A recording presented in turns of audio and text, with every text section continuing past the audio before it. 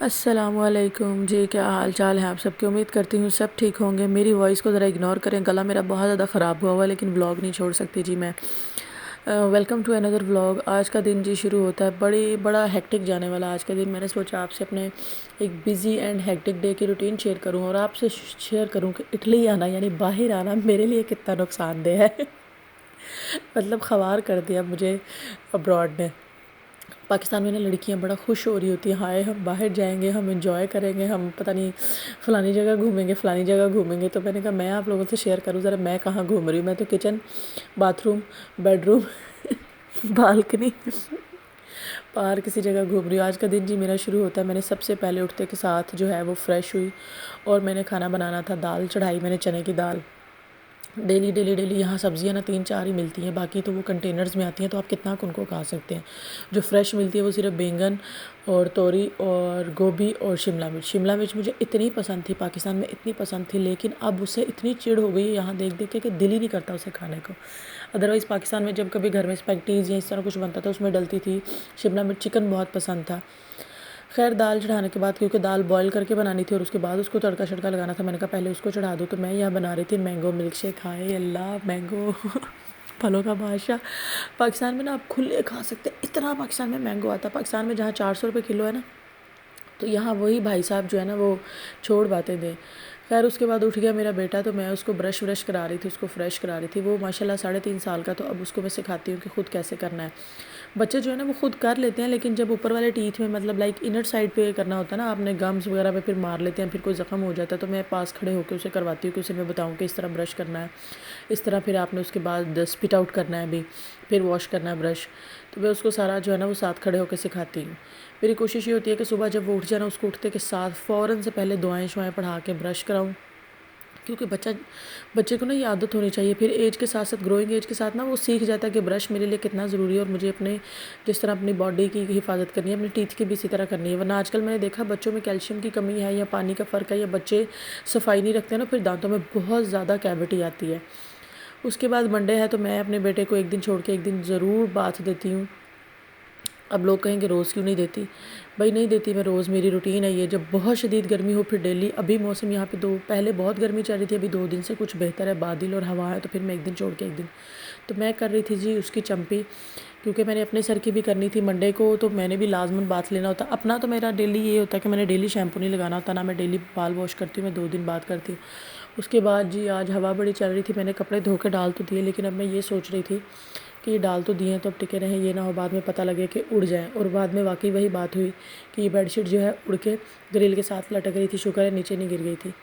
और जी उसके बाद बारी आ जाती है जी आटा गूंदने की, जिससे मुझे सबसे ज़्यादा सख्त नफरत है। मुझे बताइएगा गर्ल्स, आपको कौन कौन है जिसे घर के किस काम से नफरत है। किसी को होता है ना बर्तन धोने से चिढ़ होती है, किसी को जो है वो। यहाँ पे देखे दाल का पानी बिल्कुल खुश्क हो गया था, जब मैंने ढकना उठा कर देखा तो मैंने कहा थोड़ा सा इसमें और पानी। बिल्कुल खुश्क दाल भी नहीं अच्छी लगती, हल्का सा पानी हो ना, मतलब थोड़ी सी हल्की सी ग्रेवी हो।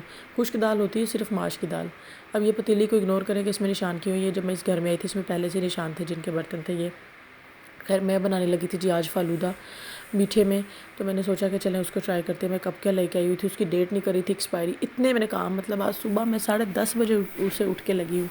उसमें साथ ही जेली का पैकेट भी था, तो मैंने सोचा सबसे पहले जेली बना के इसको ठंडा करने के लिए रख दिया जाए। और जी मैं ये कहना चाह रही थी कि पाकिस्तान में जो है ना वो बड़ी मौजें होती हैं, आपको मेड मिल जाती है, हाउस हेल्प मिल जाते हैं, घर में भी आपके साथ बहुत सारे लोग होते हैं काम कराने के लिए। बाहर आने का ये सबसे बड़ा नुकसान है। और जो लड़कियां खुश होती है ना, हाय हम बाहर जाएंगे, हम ये करेंगे, हम वो करेंगे, कोई मौज मस्ती नहीं जी होती। मौज मस्ती आप क्या कर लेंगे अब इतने तो आप लैंडलॉर्ड है नहीं है कि आप जो है ना वो कभी जो है वो स्पेन जा रहे हैं, कभी किसी कंट्री जा रहे हैं, कभी किसी कंट्री जा रहे हैं। सारी रूटीन देख के शोहर हजरात के काम वाम की हर चीज़ देख के फिर जाया जाता है। यहाँ पे देखी थी जेली बनाने के बाद ये एक पैकेट निकला था फालूदे का। ये 1 लीटर दूध में जो है वो थोड़ा सा पानी डाल के पकाना था, क्योंकि यहाँ का दूध बहुत ज़्यादा थिक होता है। डब्बे वाला दूध तो खैर पाकिस्तान में भी थिक ही होता है, तो हम डब्बे वाला दूध ही लाते हैं, क्योंकि फ़्रेश दूध अगर आप एक बार खोल लो ना तो वो फिर वो नेक्स्ट डे जो है वो ख़राब हो जाता है। तो मैंने जो है उसको फिर वो नहीं लाती हूँ, क्योंकि डब्बे वाला दूध 2-3 दिन चल जाता है अगर खुल भी जाए। और ये मैं अब करने लगी थी जी साथ रायता, क्योंकि दाल हो, सैलड हो और रायता ना हो ना तो बिल्कुल भी मज़ा नहीं आता। और रायता बनाने के लिए मैंने ऑलरेडी हरी मिर्च और ज़ीरा डाल लिया था और नमक, और यहाँ पे मैं नमक कह रही हूँ, दही डाल रही हूँ। अच्छा, पाकिस्तान में जो बनाते हैं ना वो हरी चटनी, वो धनिया पुदीना होता है, हरा हरा रंग, मुझे वो बड़ी मज़ेदार लगती है। लेकिन अब यहाँ पे कौन रोज़ धनिया पुदीना लाए, इतनी दूर से जाके, शहर से हमें मिलता भी नहीं है। खैर मैंने वो डाल के रखा था और साथ ही जेली जो है वो हमारी हो गई थी रेडी। तो मैंने जो है वो इसको कट करना शुरू कर दिया, और कट भी मैंने ऐसे खूबसूरत तरीके से किया। करना स्क्वायर में था लेकिन मैंने टेढ़ा मेढ़ा कर दिया। मैंने कहा कोई बात नहीं, हम लोगों ने खुद ही तो खाना पीना है तो कोई मसला नहीं है, कोई बड़ी बात नहीं है, जैसा भी होगा। अच्छा, मैं ये बात कर रही थी कि इटली आने के नुकसानात। इटली आने के नुकसानात ये जो होता है ना जी, पेपर मिल जाएंगे और हम यूरोपियन कहलाएंगे। ये वो देखिए जी, पेपर भी इतनी आसानी से नहीं मिलते। मैं बिल्कुल फैमिली वीज़ा पे आई हूँ, लीगल तरीके से आई हूँ। लोग जो है मुझे बड़ा कहते हैं जी डंकी लगा के आई होंगी ये वो, लेकिन पेपरों के लिए भी आकर आपको जलील होना पड़ता है।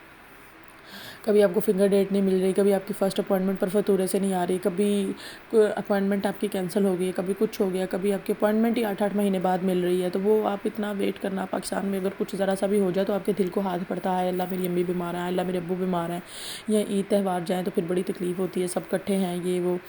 लेकिन ये कि अपने बच्चों के लिए, अपनी फैमिली के लिए सब करना पड़ता है। यहाँ पे देखे मैंने जो है वो नाश्ता वाश्ता करा के, मेरा बेटा उठ गया था। सुबह सबसे पहले मैं उसको देती हूँ मिल्क शेक, फिर कोई घंटे 2 बाद मैं उसको घंटा डेढ़ बाद रोटी देती हूँ कि जो है ना वो इसी बहाने वो दूध पी लेता है। वो दूध नहीं पीता तो मेरा दूध पिलाने का उसको यही तरीका होता है। वो दही खाता है लेकिन ये कि दूध भी जाना ज़रूरी है बॉडी में। दही और दूध सेम ही होते हैं, दोनों में कैल्शियम जो है वो पूरी कर देते हैं बच्चों में, विटामिन डी भी। लेकिन मैं फिर भी उसे दूध इस बहाने से लाजमन देती हूँ। कभी स्ट्रॉबेरी का मिल्क शेक दे दिया, कभी बनाना का, और कभी मैंगो का, जो चीज़ अवेलेबल हो। और अगर कुछ भी नहीं है तो फिर दही से पराठा। और जी नाश्ता वाश्ता कराने के बाद उसको दोपहर का खाना, दोपहर का क्या नाश्ता तो मिल्क शेक होता है, दोपहर का ही खाना होता है 2 बजे। तो मैं आई कमरे में, सबसे पहले वैसे मैं उठ के बेड बनाती हूँ लेकिन वो सो रहा था। आज जब मैं उठी थी तो फिर ये देखे ज़रा, हर तरफ उसने कोई किसी ड्रॉर में से कोई खिलौना नहीं छोड़ा था जो नहीं निकाला था।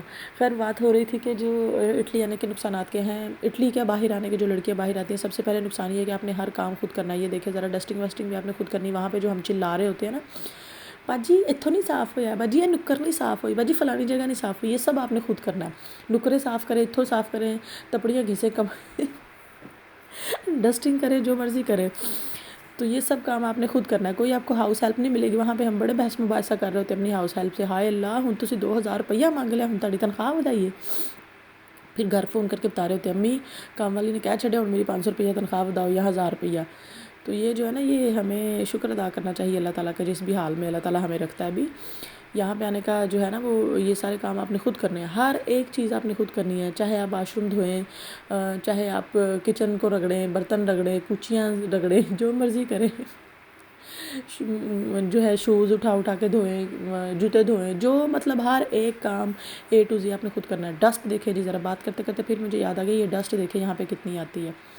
डेली सफाई कर लो, डेली डस्टिंग कर लो, लकड़ी है आती है, और ऊपर से यहाँ पे डस्ट आती ही बहुत ज़्यादा, पता नहीं क्या सीन है। हवा चल रही है 2 दिन से तो कुछ और ही ज़्यादा आ रही है। और दूसरी बड़ी बात कि डॉक्यूमेंट्स का जो मसला है ना, वो सबसे पहले आते के साथ आपका डॉक्टरी मसला नहीं हल हो सकता। इसलिए पाकिस्तान से अपनी मेडिसिन ज़रूरी रख कर लेकर आए। अगर आप बच्चे के साथ है तो बच्चे के भी जो भी होता है वो चीज़ें लेकर आए, रख कर, ठीक है। यहाँ पे आते के साथ डॉक्टरी कार्ड्स वगैरह आपको नहीं बनते जब तक कि आपका पहली अपॉइंटमेंट नहीं आती। वो खुद ही फिशकाले कोई होता है, वो नहीं मिलता, तब तक आप डॉक्टरी कार्ड के लिए अप्लाई नहीं कर सकते। बेशक आपके हस्बैंड के पास पूरे डॉक्यूमेंट्स है, फिर भी आप अप्लाई नहीं कर सकते। ना ही आप उनके डॉक्यूमेंट्स पे चेक करा सकते हैं, लेकिन आपको फ़ीस भरनी पड़ेगी। और वो इतना एक्सपेंसिव इलाज होता है ना कि हर कोई क्या, कोई भी नहीं अफोर्ड कर सकता। और दूसरी बात यह है कि पाकिस्तान में बैठ के हम बड़े मज़े से घर में हर चीज़ हमें मिल जाती है। यहाँ पे ऐसा कुछ नहीं होता, सब कुछ आपको जाकर खुद ही लाना पड़ता है, ठीक है। हर चीज़ बाज़ार से, मार्केट से आपने खुद लानी है। बच्चे को स्कूल लेकर जाना है, बच्चे को लेकर आना है भी, उसकी देखभाल करनी है। हर एक काम, ग्रॉसरी, कटलरी, जो मर्ज़ी करें, घर के काम करें, सफाई वाली बाई बने, जो बाई कह रही सफाई वाली मेड बने, जो मर्ज़ी करे, सब काम आपने को खुद करना है। कुक, शेफ़, हर जहाँ वहाँ पे बैठ के जो ऑर्डर चला रहे होते हैं ना, बाजी आज कपड़े धो दें, आज आपकी इस्त्री करने की बारी है, यहाँ पे सब काम खुद करना है। दूसरी बात के आके थोड़ा हौसला रखें, सब्र रखें। डॉक्यूमेंट्स बिल्कुल जल्दी नहीं बनते हैं, टाइम बहुत ज़्यादा लगता है। लक हो तो जल्दी भी बन जाते हैं, लेकिन मैंने अभी तक नहीं देखा किसी के बहुत जल्दी बनते हो। पिचेंजा में रहकर आई, वहाँ पर भी लोगों को 1.5 साल 2 साल लग जाते थे। अवलिनो में भी यही है, फिंगर डेट ही आपको 8-8 9-9 माह की मिल रही है। नापोली में भी यही है, नेपलस में, मतलब मेरा मतलब यही है, 8-8 9-9 माह बाद आपकी पहली अपॉइंटमेंट आती है, जिसमें सिर्फ आप डॉक्यूमेंट सबमिट करवाते हैं। फिर आप किट फेंकते हैं, मतलब किट सबमिट करवाते हैं, और उसके बाद जो है आपको अपॉइंटमेंट मिलती है फिंगर लेटर्स की। फिर फिंगर लेटर आता है, फिर कहीं उसके बाद फिंगर्स देने के बाद भी पता नहीं 4-5 माह बाद आपको फाइनली कार्ड मिलता है। मुझे देखे 10 महीने हो गए हैं आए हुए पाकिस्तान से, अभी तक कुछ भी नहीं है। जो पहली अपॉइंटमेंट आई थी वो भी वेस्ट हो गई। तो इसलिए सब्र हौसला रखें।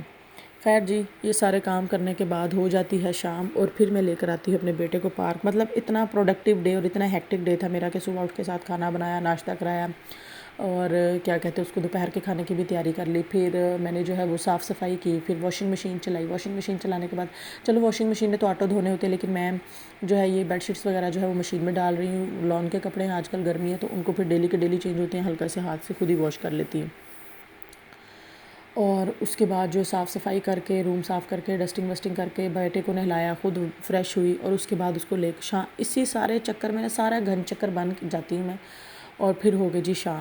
ये शाम के तकरीबन 7:30 हो रहे हैं। पार्क में आकर ना मैं बड़ी रिलैक्स होती हूँ कि बेटा खेल रहा होता है, वो बिज़ी हो जाता है, तो घर में ना वो मम्मा ये कर दो, मम्मा वो कर दो, तो टाइम ही नहीं मिलता कुछ करने का और मतलब घर के कामों के अलावा। तो मैं यहाँ पे आके उसको खेल लगा के देखे ज़रा, 7:30 बजे भी कितना दिन चढ़ा हुआ है, अभी 9 बजे तो कहीं सूरज ग़रूब हो रहा है। तो मेरे पास ना मेरा सबसे फेवरेट काम होता है पार्क में आके, मेरा बेटा जब खेल में मसरूफ़ हो जाता है, ये मेरी जन्नत। मतलब मैंने अपनी अम्मी को कॉल मिला लेनी होती है, फिर मैं आधा घंटा बात करूँ, जितनी मर्ज़ी बात करूँ। ये मेरा मोस्ट फेवरेट काम है। और माँ से बात करने का मज़ा तभी आता है जब आप बिल्कुल फ्री हों, उनकी सुन सकें, अपनी सुना सकें। और यहाँ पे जी रात के ये तकरीबन बज रहे हैं पता नहीं 10 10:30 बजे। जब मेरा बेटा बिल्कुल थक टूट जाता है ना, तब हम निकलते हैं वापसी के लिए। और ये जो है ना, ये वापसी की वीडियो है। आज था इटली का मैच फुटबॉल का और यहाँ पर रश लगा हुआ था, जैसे पाकिस्तान का मैच होता है ना क्रिकेट का, और वहाँ पर रश लग जाता है बिल्कुल हर तरफ। और इतना शोर शराबा, बाजे बज रहे हैं, शोर हो रहा है अभी।